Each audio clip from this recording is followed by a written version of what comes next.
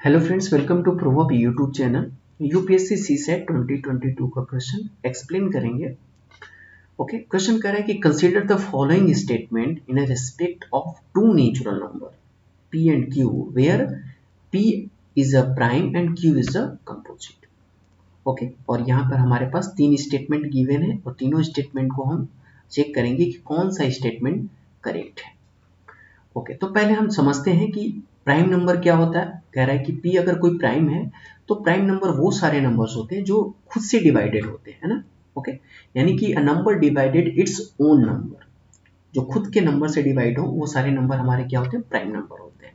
Okay, prime number में हमारे पास जो 2 होता है वो हमारा इवन प्राइम होता है, ये हमारा इवन प्राइम होता है और सबसे स्मॉलेस्ट प्राइम भी 2 होता है। ओके, ये हमारा इवन प्राइम है। उसके बाद और भी नंबर आपके जो होंगे 3 होगा, 5 होगा, 7 होगा। ओके, उसके बाद आपका 11 होगा। ये सारे आपके प्राइम नंबर होंगे। ओके, नेक्स्ट हम देखते हैं क्यू।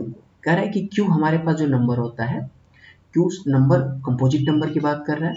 कंपोजिट नंबर वो नंबर होते हैं जो प्राइम नहीं होंगे। ओके, या फिर आप इसके और भी डिफिनेशन पढ़ते होंगे कि क्यू जो अगर कोई कंपोजिट नंबर है तो कंपोजिट नंबर वो सारे नंबर हैं जिनका 2 से ज़्यादा फैक्टराइजेशन हो, यानी ठीक है 2 से ज़्यादा अगर फैक्टराइजेशन होता है वो हमारे कंपोजिट नंबर होते हैं। या फिर आप सीधे तौर पे ये कह सकते हैं कि वो नंबर जो प्राइम नहीं होंगे, यानी आपको प्राइम पता है कि जो खुद से डिवाइड होते हैं वो हमारे प्राइम होते हैं।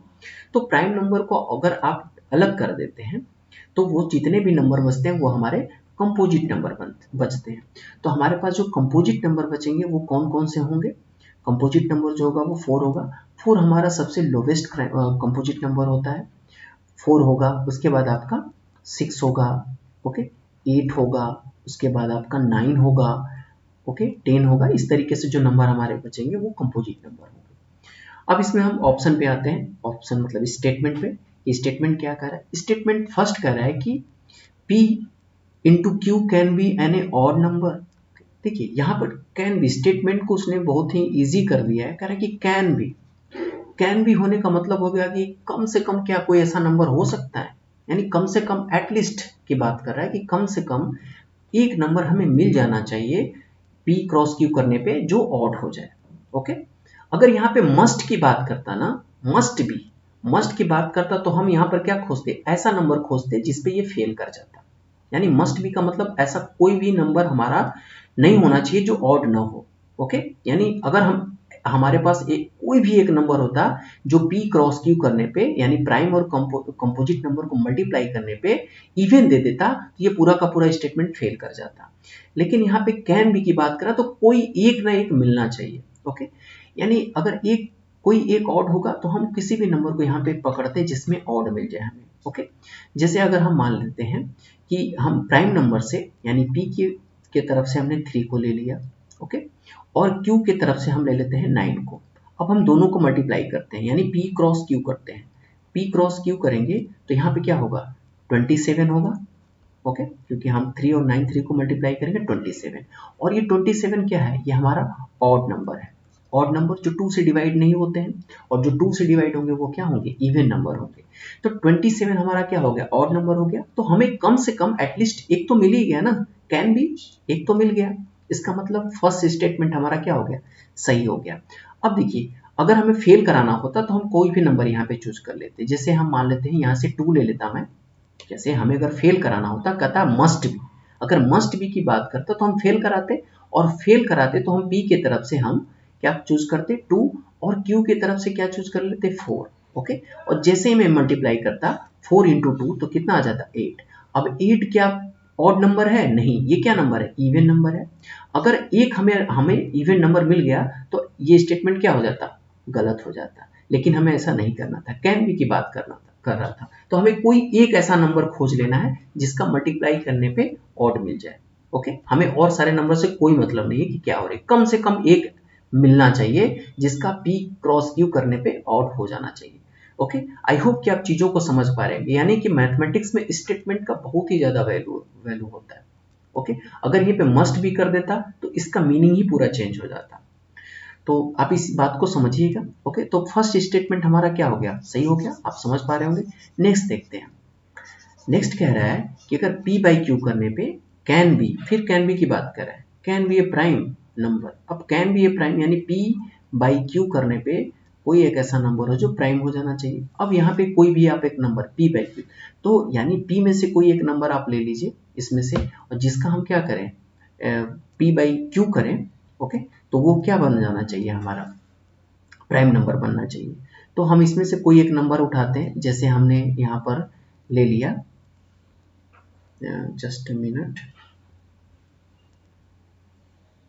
ये गलत लिखा हुआ है, ओके, आप इसे ध्यान रखिएगा, ये टाइपिंग करते टाइम थोड़ा गलत हो गया है, ये q बाई पी होगा, ओके, क्योंकि अगर मैं p बाई क्यू ले लूंगा ना, देखिए कोई कि prime number upon composite number तो कभी डिवाइड होगा ही नहीं ना, तो वो हमारा क्या हो जाएगा, वो पूरा रियल नंबर में चला जाएगा, वो rational number p by Q rational या इरेशनल नंबर के फॉर्मेशन में आने लगेगा।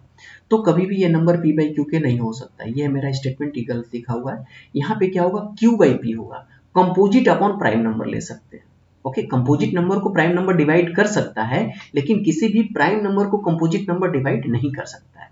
इसलिए नहीं डिवाइड कर सकता क्योंकि प्राइम नंबर, जैसे मैंने डिफिनीशन ही बताया कि prime number divided its own number, वो खुद से ही डिवाइड होता है, ओके। और एक वन जो होता है, वन से जैसे आपको दिमाग में वन, वन तो ऑलरेडी ऑन वन एक ऐसा नंबर होता है जो सबको डिवाइड करता है, इसलिए जो प्राइम का डिफिनीशन आप देते हैं कि प्राइम नंबर वो सारे नंबर हो गए डिवाइडेड इट्स ओन नंबर। तो यहाँ पे जो हमारा सेकंड स्टेटमेंट है वहां पर आप सही करिएगा, ये होगा q बाई पी के फॉर्म में। तो q is a composite number, आप इसमें से कोई भी कंपोजिट नंबर आप ले लीजिए, जैसे मैंने ले लिया 6, क्योंकि हमें कोई एक स्टेटमेंट खोजना है, q बाई पी का फॉर्मेशन होगा इस स्टेटमेंट में, ये गलत है, ओके।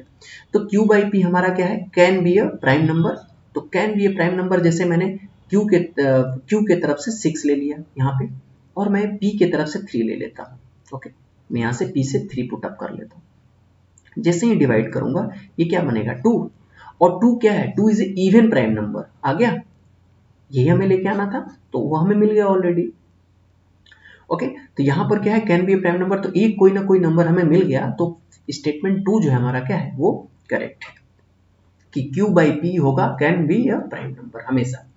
स्टेटमेंट थर्ड को देखते हैं। स्टेटमेंट थर्ड कह रहा है कि p plus Q can be a prime number, यानी p प्लस क्यू अगर करें हम तो क्या वो प्राइम नंबर होगा।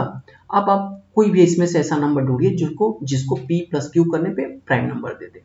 तो आप इसमें से कोई ऐसा नंबर आप ढूंढ लीजिए, जैसे मैं यहाँ पर 4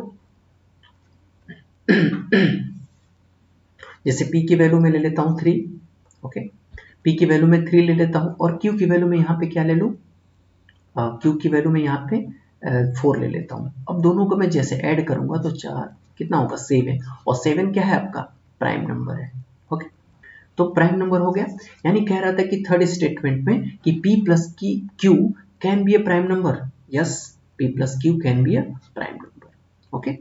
आई होप कि आपको ये सारा स्टेटमेंट समझ में आया होगा, इजी था, ओके। यानी आपको बस एक कोई भी नंबर ऐसा चूज कर लेना था जो इस स्टेटमेंट को फॉलो कर जाए, यानी जो फॉलो करे नंबर उसी को चूज करना था, बाकी आपको किसी पे भी ध्यान नहीं देना था, ओके। यानी आपको पास कराना है, फेल नहीं कराना है यहाँ पर, ओके। अगर फेल कराना होता तो आप यहाँ पे बोलता मस्ट बी, जहां मस्ट बी की बात करता तो आप यहाँ से कोई एक ऐसा नंबर चूज करते जिसपे ये स्टेटमेंट फेल हो जाता, ओके। तो आई होप कि आप स्टेटमेंट का जो खेल है मैथमेटिक्स का उसे आप समझ पा रहे होंगे। मिलते हैं नेक्स्ट वीडियो में, okay. Thank you for watching.